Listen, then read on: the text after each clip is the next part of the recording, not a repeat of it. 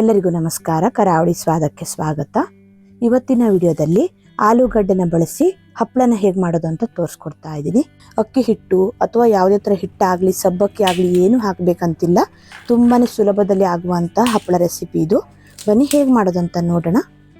ಹಪ್ಪಳ ಮಾಡಲಿಕ್ಕೆ ಮೊದಲಿಗೆ ನಾನಿಲ್ಲಿ 4 ಆಲೂಗಡ್ಡೆನ ಚೆನ್ನಾಗಿ ತೊಳೆದು 2 ಭಾಗ ಮಾಡಿ ಕಟ್ ಮಾಡಿಕೊಂಡು ಆಲೂಗಡ್ಡೆನ ಕುಕ್ಕರ್ಗೆ ಹಾಕಿ ಬೇಯಿಸ್ಕೊಳ್ತಾ ಇದ್ದೀನಿ. ಆಲೂಗಡ್ಡೆ ಬೇಯಲಿಕ್ಕೆ ಸ್ವಲ್ಪ ನೀರು ಹಾಕಿ ಕುಕ್ಕರ್ ಮುಚ್ಚಳನ ಮುಚ್ಚಿ ಸ್ಟವ್ ಮೇಲೆ ಇಟ್ಟು 3 ರಿಂದ 4 ವಿಸಿಲ್ ಆಗೋ ತನಕ ಆಲೂಗಡ್ಡೆನ ಚೆನ್ನಾಗಿ ಬೇಯಿಸ್ಕೊಳ್ಬೇಕು.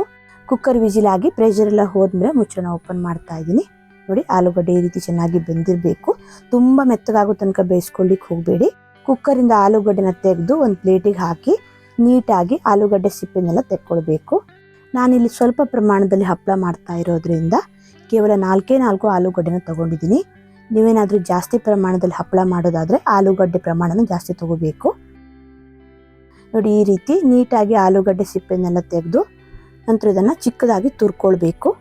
ಆಲೂಗಡ್ಡೆನ ಮ್ಯಾಶ್ ಮಾಡಿಕೊಂಡ್ರೆ ಚಿಕ್ಕ ಚಿಕ್ಕ ಆಲೂಗಡ್ಡೆ ಪೀಸ್ ಇರುತ್ತೆ, ಹಪ್ಪಳ ಮಾಡಲಿಕ್ಕೆ ಕಷ್ಟ ಆಗಬಹುದು. ಈ ರೀತಿ ತುರಿಯೋದ್ರಿಂದ ಹಪ್ಪಳ ಮಾಡುವಾಗ ಈಸಿ ಆಗುತ್ತೆ. ನೋಡಿ, ಈ ರೀತಿ ನೀಟಾಗಿ ಎಲ್ಲ ಆಲೂಗಡ್ಡೆನ ಚಿಕ್ಕದಾಗಿ ತುರ್ಕೊಳ್ಬೇಕು. ನಂತರ ಒಂದು 1/4 ಚಮಚ ಆಗುವಷ್ಟು ಇಂಗಿನ ಪುಡಿ, 1 ಚಮಚ ಆಗುವಷ್ಟು ಚಿಲ್ಲಿ ಫ್ಲೇಕ್ಸ್ನ ಹಾಕೊಳ್ತಾ ಇದ್ದೀನಿ. ಖಾರ ನೋಡ್ಕೊಂಡು ಚಿಲ್ಲಿ ಫ್ಲೇಕ್ಸ್ನ ಸೇರಿಸ್ಕೊಳ್ಳಿ. ಚಿಲ್ಲಿ ಫ್ಲೇಕ್ಸ್ ಬದಲು ಹಸಿಮೆಣಸಿನ್ಕಾಯಿ ಪೇಸ್ಟ್ ಕೂಡ ಹಾಕ್ಕೊಳ್ಬಹುದು. ಹಾಗೆ ಒಂದು 1/2 ಚಮಚ ಆಗುವಷ್ಟು ಉಪ್ಪು, ಚಿಕ್ಕದಾಗಿ ಕಟ್ ಮಾಡಿರೋ ಸ್ವಲ್ಪ ಕೊತ್ತಂಬರಿ ಸೊಪ್ಪನ್ನು ಸೇರಿಸ್ಕೊಳ್ತಾ ಇದ್ದೀನಿ. ಉಪ್ಪನ್ನು ಸ್ವಲ್ಪ ಕಡಿಮೆನೇ ಹಾಕ್ಕೊಳ್ಬೇಕು.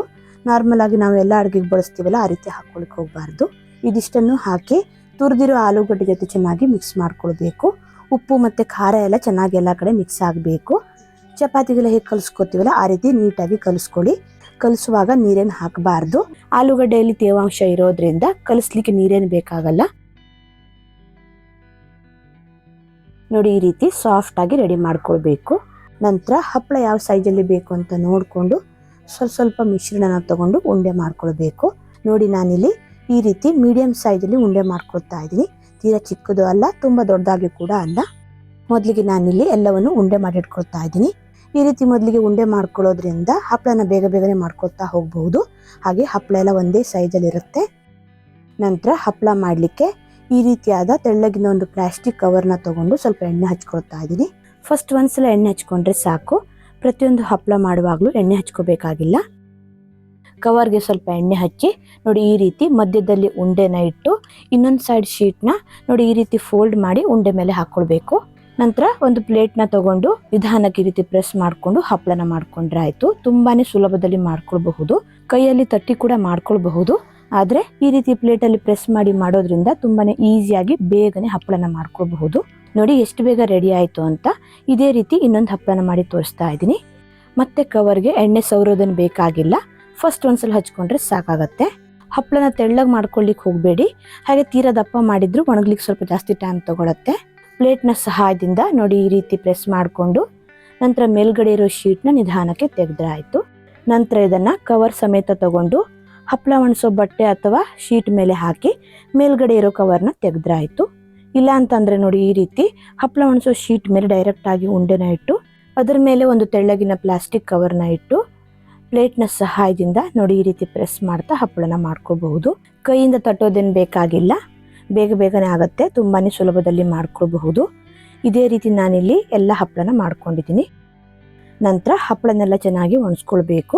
ಚೆನ್ನಾಗಿರೋ ಬಿಸಿಲಿಗೆ 1 ರಿಂದ 2 ದಿನ ಒಣಸಿದ್ರೆ ಸಾಕಾಗತ್ತೆ. ಬಿಸಿಲು ಬದಲು ಫ್ಯಾನ್ ಕೆಳಗಡೆ ಕೂಡ ಒಣಸ್ಕೊಳ್ಬಹುದು. ಚೆನ್ನಾಗಿ ಒಣಗಿದ್ಮೇಲೆ ತೋರಿಸ್ತಾ ಇದ್ದೀನಿ. ನೋಡಿ, ಹಪ್ಪಳ ಈ ರೀತಿ ಆಗಿದೆ. ನಾನು ತಗೊಂಡಿರೋ 4 ಆಲೂಗಡ್ಡೆಗೆ ನನಗಿಲ್ಲಿ 25 ಹಪ್ಪಳ ಆಗಿದೆ. ಈ ಹಪ್ಪಳಕ್ಕೆ ಅಕ್ಕಿ ಹಿಟ್ಟಾಗಲಿ ಸಬ್ಬಕ್ಕಿ ಆಗಲಿ ಅಥವಾ ಯಾವುದೇ ರೀತಿ ಹಿಟ್ಟಾಗಲಿ ಬೇಕಾಗಿಲ್ಲ. ಬರೀ ಆಲೂಗಡ್ಡೆ ಒಂದಿದ್ರೆ ಸಾಕಾಗತ್ತೆ. ನಾನಿವಾಗ ಇದನ್ನು ಎಣ್ಣೆಲಿ ಫ್ರೈ ಮಾಡಿ ತೋರಿಸ್ತಾ ಇದ್ದೀನಿ. ಎಣ್ಣೆ ಮೀಡಿಯಮ್ ಆಗಿ ಕಾದ್ಮೇಲೆ ಒಂದೊಂದೇ ಹಪ್ಪಳನ ಎಣ್ಣೆಲಿ ಬಿಟ್ಟು ಫ್ರೈ ಮಾಡ್ಕೊಳ್ತಾ ಇದ್ದೀನಿ. 2 ಕಡೆ ಚೆನ್ನಾಗಿ ಫ್ರೈ ಆದಮೇಲೆ ಎಣ್ಣೆಯಿಂದ ತೆಗೆದ್ರೆ ರುಚಿಯಾದ ಗರ್ಗರಿಯಾದ ಆಲೂಗಡ್ಡೆ ಹಪ್ಪಳ ರೆಡಿ ಆಗುತ್ತೆ. ಈ ರೀತಿ ಎಣ್ಣೆಲಿ ಫ್ರೈ ಮಾಡೋದು ಬೇಡ ಅಂತ ಅಂದರೆ ಕೆಂಡದ ಮೇಲೆ ಅಥವಾ ಡೈರೆಕ್ಟಾಗಿ ಸ್ಟವ್ ಮೇಲಿಟ್ಟು ಕೂಡ ಸುಟ್ಕೊಳ್ಬಹುದು. ನಾನಿಲ್ಲಿ ಸ್ವಲ್ಪ ಹಪ್ಪಳನ ಫ್ರೈ ಮಾಡ್ಕೊಂಡಿದ್ದೀನಿ. ಹೇಗೆ ಬಂದಿದೆ ಅಂತ ತೋರಿಸ್ತಾ ಇದ್ದೀನಿ. ನೋಡಿ, ಹಪ್ಪಳ ಎಷ್ಟು ಗರ್ಗರಿಯಾಗಿ ಬಂದಿದೆ ಅಂತ. ತಿನ್ಲಿಕ್ಕೂ ಅಷ್ಟೇ ತುಂಬಾ ರುಚಿಯಾಗಿರುತ್ತೆ. ಸಂಜೆ ಟೀ ಜೊತೆ ಸ್ನ್ಯಾಕ್ಸ್ ಆಗಿ ಕೂಡ ಚೆನ್ನಾಗಿರುತ್ತೆ. ಚೆನ್ನಾಗಿ ಒಣಸಿ ಒಂದು ಏರ್ ಟೈಟ್ ಬಾಕ್ಸಲ್ಲಿ ಹಾಕಿಟ್ಕೊಂಡ್ರೆ ವರ್ಷದವರೆಗೆ ಇಟ್ಟರು ಹಾಳಾಗಲ್ಲ. ವಿಡಿಯೋ ಇಷ್ಟ ಆದರೆ ಲೈಕ್ ಶೇರ್ ಕಮೆಂಟ್ ಮಾಡೋದನ್ನು ಮರಿಬೇಡಿ. ಮತ್ತೆ ಸಿಗ್ತೀನಿ ಹೊಸ ವಿಡಿಯೋ ಒಂದಿಗೆ. ಧನ್ಯವಾದಗಳು.